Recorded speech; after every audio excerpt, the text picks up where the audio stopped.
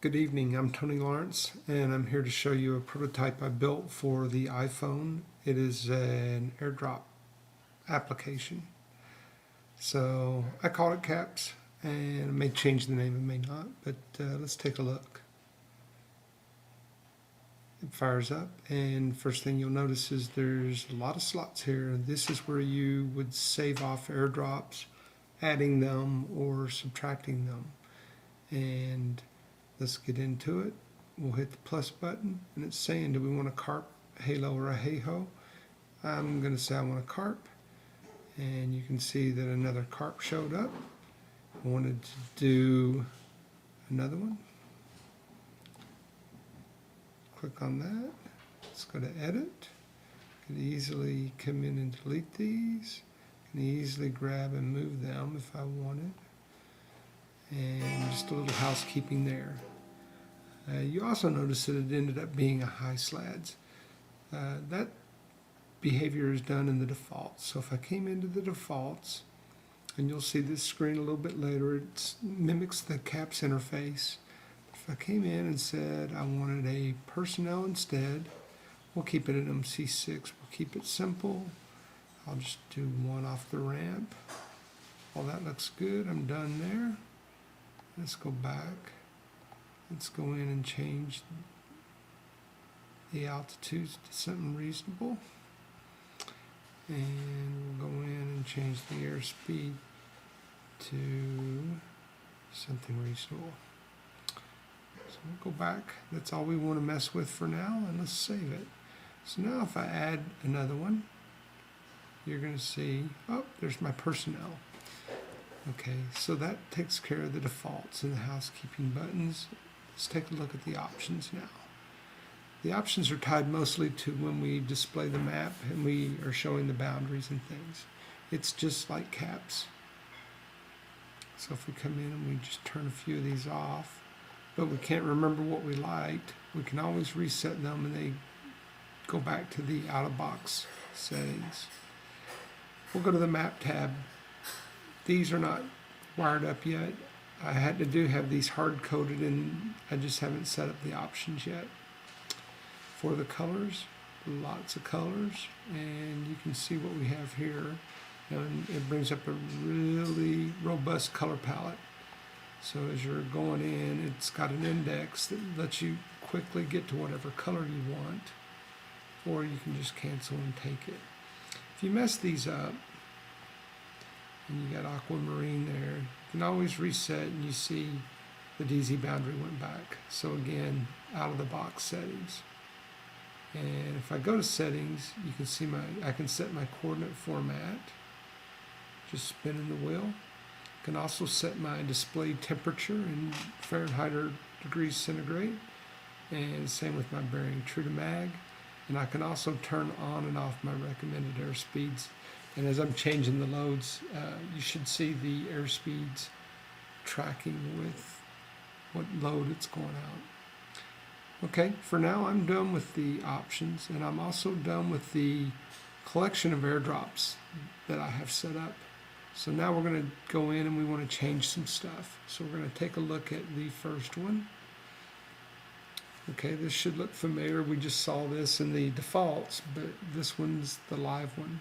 So let's go into high slads, and again I can change this.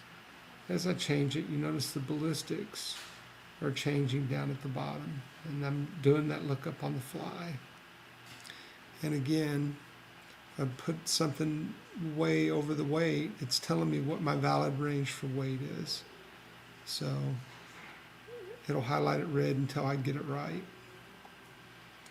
So there's that piece, and that's your shoot data. Now let's go into the drop parameters, and again, we saw this a few seconds ago. What we didn't cover was the drop time, which will take you into a drop time, and that drop time will drive what time we're going to look up and calculate the weather and winds. And then we've got timing, distance, deck angle, and those are unused at this time. Next, we're going down to our DZs, and you can see it's another long list. These are all the valid DZs, So as you go through, you can click on the index to the right side, can go up and down like that, or I can say I want to look up, and when I do, it's there. If I get out and I don't know where my check is, I've got a little button down on the far left side that I'm going to click, and it's going to center my selected airdrop. Currently, I don't have the bookmarks or the unit DZs tied in, but they're going to come. So if you wanted to set up some favorites, you could bookmark all your favorites here and then just go have it start up on the favorite tab when you go there. And kind of do the same thing with unit DZs. If you've got some changes, you're going to be able to modify those and add your own. So that's it for selecting DZs. Let's go back. Next tab is the weather. And here you can see we've got manual entries for Sante weather. They're the same ones that are in caps. But I also added the ability for some lookup that I referred to a second ago.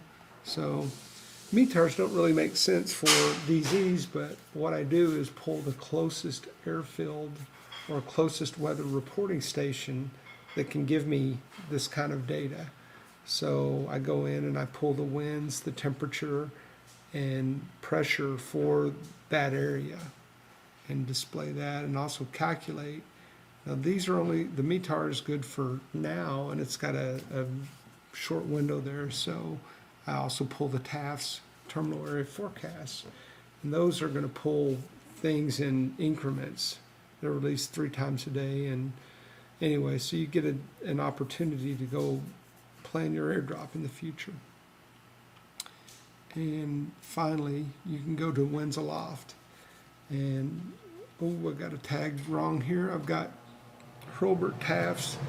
Just need to change that. These winds are actually coming from PFN. I missed a tag. But anyway, the gist of this is that you're going to get winds pulled from NOAA weather all the way up through, this table goes up to 39, and I didn't bother to pull the high altitude winds because they didn't sound reasonable for anything that I fly. So probably add it in future support, but for now you get 0 and all the way up. And when I calculate my weather and my winds, I'm going to do interpolation. So if you're doing 1,000 feet, then I'd take the 0 and 3,000 and initially do a linear interpolation there. So maybe do something a little more fancy on down the road.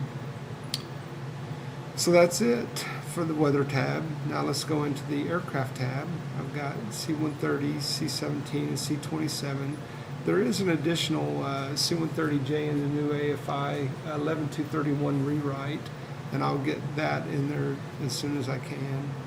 And you also have the ability to put in gross weight.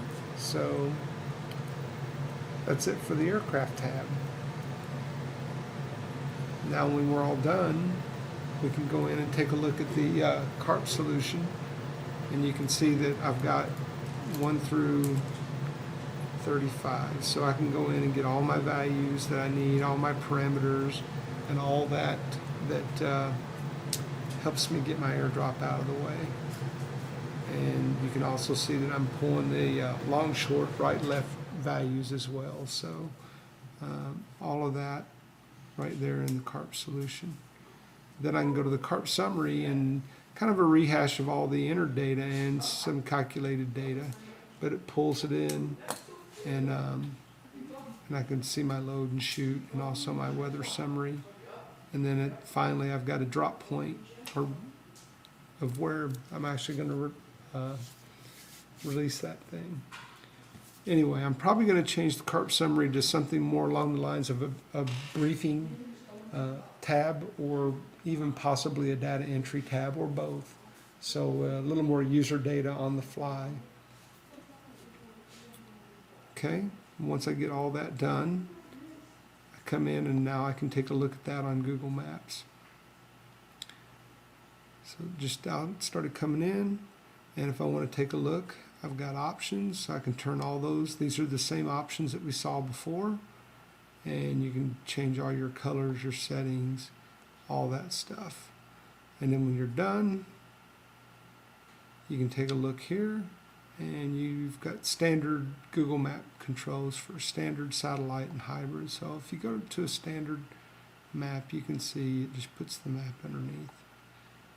I like hybrid. And also notice that you've got your points of impact that are available underneath as well. And if it was going to be a circular DZ, then you'd be able to enter some sort of run-in heading if one wasn't specified for you. So that's it for that piece. And now I can click on my pen and I can go out and get data for that. And I'm pulling in all the DZ data that's in the database. Just elect on this page to display just a short piece of that. So there you have it. That's the map piece of it. And I turned back and we went through all the tabs. Pretty simple interface, pretty intuitive as far as the navigation piece. And now you can go in and start changing others.